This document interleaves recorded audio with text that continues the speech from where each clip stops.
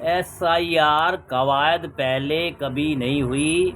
यह दलील चुनौती का आधार नहीं है दोस्तों। नई दिल्ली उच्चतम न्यायालय ने बुधवार को कहा है कि यह तर्क कि देश में पहले कभी मतदाता सूची के विशेष गहन पुनरीक्षण एसआईआर की कवायद नहीं हुई, उन राज्यों में इस प्रक्रिया को शुरू करने के निर्वाचन आयोग के फैसले की वैधता पर सवाल उठाने का आधार नहीं बन सकता।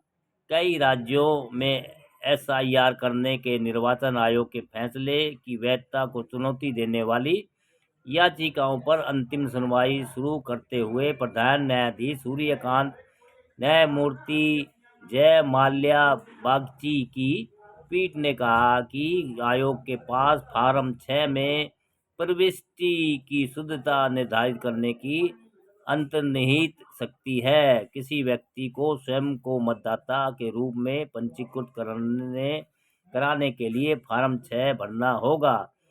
पीठ ने यह भी दोहराया कि आधार कार्ड नागरिकता का पूर्ण प्रमाण पत्र नहीं देता है और इसलिए हमने कहा है कि यह दस्तावेज की सूची में एक दस्तावेज होगा। यदि किसी को हटाया जाता है तो उसे हटाने का नोटिस देना होगा। प्रधान न्यायाधीश ने कहा कि आधार लाभ प्राप्त करने के लिए कानून द्वारा बनाए गए एक प्रावधान है।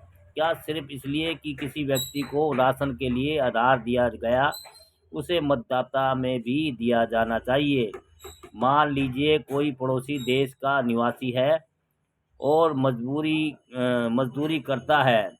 पीठ के विशेष दलील से सहमति नहीं दिखी और कहा, अगर आप यह कह रहे हैं कि निर्वाचन आयोग एक डाकघर है जिसे प्रस्तुत किए गए फॉर्म 6 को स्वीकार करना चाहिए और आपका नाम शामिल करना चाहिए।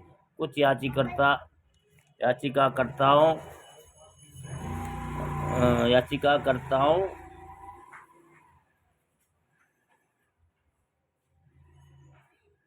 याचिकाकर्ताओं की ओर से पेश वरिष्ठ अधिवक्ता कपिल सिब्बल ने कहा कि प्रथम दृष्टया जब तक कि कोई विपरीत सामग्री न हो। पीठ ने कहा कि दस्तावेजों की सत्यता निर्धारित करने के लिए निर्वाचन आयोग के पास हमेशा अंतर्निहित संवैधानिक अधिकार रहेगा। दोस्तों, एसआईआर कवायद करना पहले कभी नहीं हुई है, दलील चुनौती का आधार नहीं है दोस्तों।